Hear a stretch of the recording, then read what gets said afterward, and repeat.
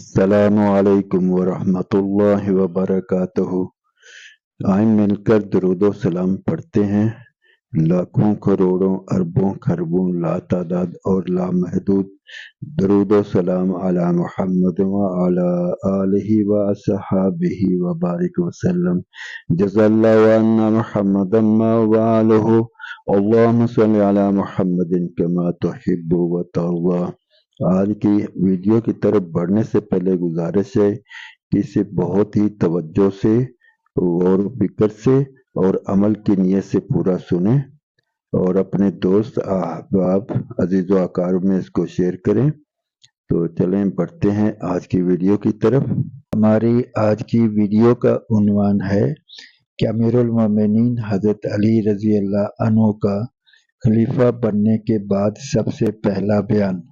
تاریخ ابن جریر جلد 3 صفحہ 457 پر حضرت علی بن حسین رحمۃ اللہ علیہ کہتے ہیں، امیر المومنین بننے کے بعد حضرت علی رضی اللہ عنہ نے جو سب سے پہلا بیان ارشاد فرمایا، اس میں پہلے اللہ رب العزت کی حمد و ثنا بیان کی، پھر فرمایا اللہ رب العزت نے ہدایت دینے والی کتاب نازل فرمائی ہے اور اس میں خیر و شر بیان کر دیا ہے۔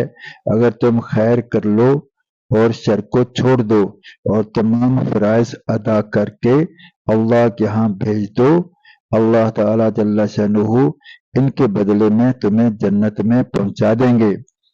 اللہ تعالیٰ جل شانہ نے بہت سی چیزوں کو قابل احترام بنایا ہے اور جو سب کو معلوم ہے، لیکن ان تمام چیزوں پر مسلمان کی حرمت کو فوقیت عطا فرمائی ہے، اور اللہ تعالیٰ جل شانہ نے اخلاص اور وحدانیت کے یقین کے ذریعے مسلمانوں کو مضبوط کیا ہے، اور کامل مسلمان وہ ہے جس کی زبان اور ہاتھ کی ناحق تکلیف سے تمام لوگ محفوظ رہیں۔ کسی مسلمان کو ایذا پہنچانا حلال نہیں ہے، البتہ قصاص اور بدلہ میں جو تکلیف دینا شرعاً واجب ہو جائے اس کی اور بات ہے۔ قیامت اور موت کے آنے سے پہلے پہلے اعمال صالح کر لو، کیونکہ بہت سے لوگ تم سے آگے جا چکے ہیں اور تمہارے پیچھے قیامت آ رہی ہے جو تمہیں ہانک رہی ہے۔ ہلکے پھلکے رہو، یعنی گناہ نہ کرو، اگلوں سے جا ملو گے، کیونکہ اگلے لوگ پچھلوں کا انتظار کر رہے ہیں۔ اللہ کے بندوں اور شہروں کے بارے میں اللہ رب العزت سے ڈرو، تم سے ہر چیز کے بارے میں پوچھا جائے گا، حتیٰ کہ زمین کے ٹکڑوں اور جانوروں کے بارے میں بھی پوچھا جائے گا۔ اللہ تعالیٰ جل شانہ کی اطاعت کرو، اس کی نافرمانی نہ کرو۔ جب تمہیں خیر کی کوئی چیز نظر آئے اسے لے لو، اور جب شر نظر آئے تو اسے چھوڑ دو، اور اس وقت کو یاد رکھو جب تم تھوڑے تھے اور سرزمین مکہ میں تم کمزور سمجھے جاتے تھے۔ یہ ارشاد فرمایا اور منبر سے نیچے تشریف لے آئے۔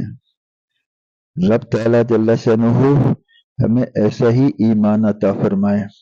حالانکہ حضرت علی رضی اللہ عنہ جب خلیفہ بنے تو امت میں کس قدر انتشار تھا، لیکن پھر بھی فرمایا کہ ہر قابل احترام جگہ اور شہر سے بھی زیادہ مسلمان کی حرمت کو فوقیت ہے، اور اللہ رب العزت مسلمان کی عزت کو بہت عزیز رکھتے ہیں۔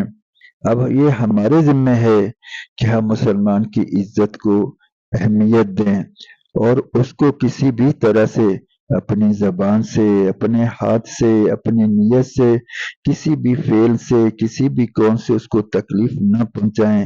اگر کسی کو ہمارے سے ناحق تکلیف پہنچی تو پھر اس کا خمیازہ بھگتنا پڑے گا۔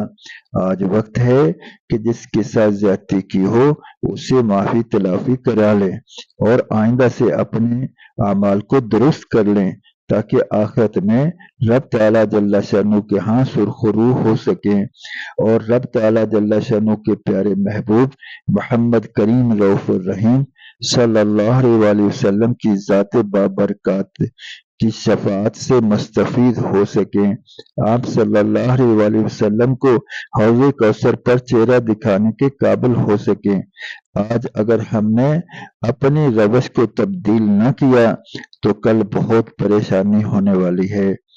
اس لیے گزارش ہے کہ نیکی کی بات کو اپنے دوست احباب عزیز و اقارب میں پھیلائیں، ان کو بھی نیکی کرنے پر تیار کریں، نیکی کے لیے محنت کرنے پر تیار کریں کہ پیارے نبی محمد کریم رؤوف الرحیم صلی اللہ علیہ وسلم کو رب تعالیٰ جل شانہ نے آخری نبی بنا کر بھیجا ہے، اور آپ صلی اللہ علیہ وسلم کے بعد کوئی نبی، کوئی رسول کسی معنی، کسی مفہوم، کسی وقت، کسی جگہ، کسی شہر میں اور کسی بھی معنی میں ہرگز نہیں آ سکتا۔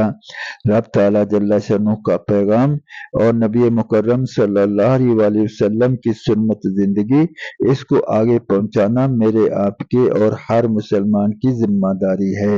بالخصوص جو بھی نبی مکرم صلی اللہ علیہ وسلم کی ختم نبوت پر ایمان رکھتا ہے، اس کی ذمہ داری ہے کہ خود وہ نبی مکرم صلی اللہ علیہ وسلم کے ارشادات پر عمل کرے، دوسروں کو اس پر عمل کرنے کے لیے تیار کرے۔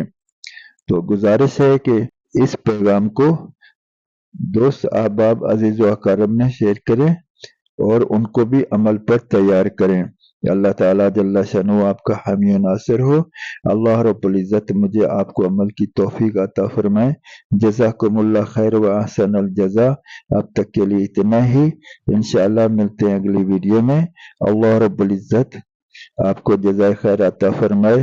السلام علیکم ورحمۃ اللہ وبرکاتہ۔